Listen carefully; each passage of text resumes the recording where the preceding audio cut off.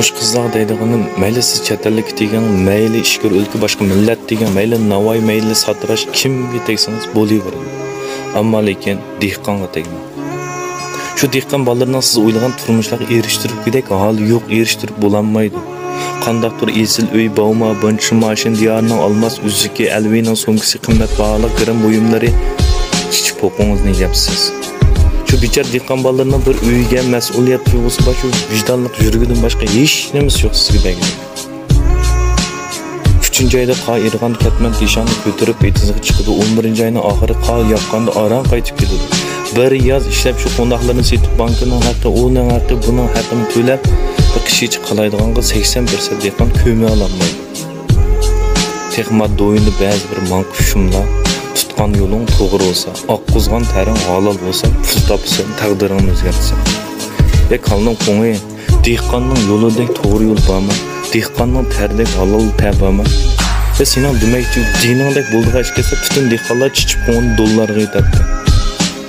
10 yil avval qo'noq 1 so'm 80 tin, hozirmi ham 1 so'm 80 tin.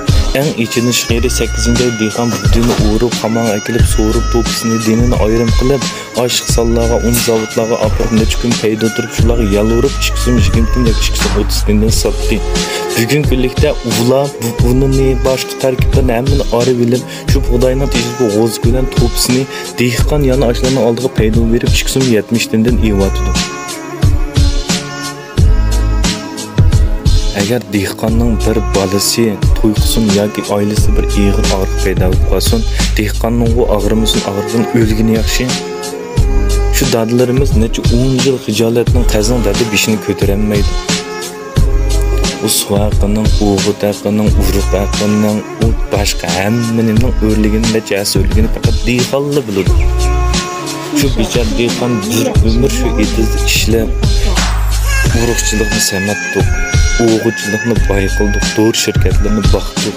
Tinimsiz ishlama Jongutga 1 milliard 400 million odamni boqdik.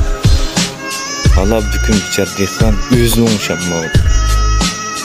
Ya dehqonlarga teginglar, tegsanglar, bek ular besim qilmanglar. Bo'lmasa tegmanglar.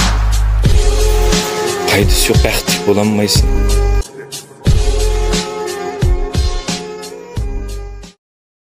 抖音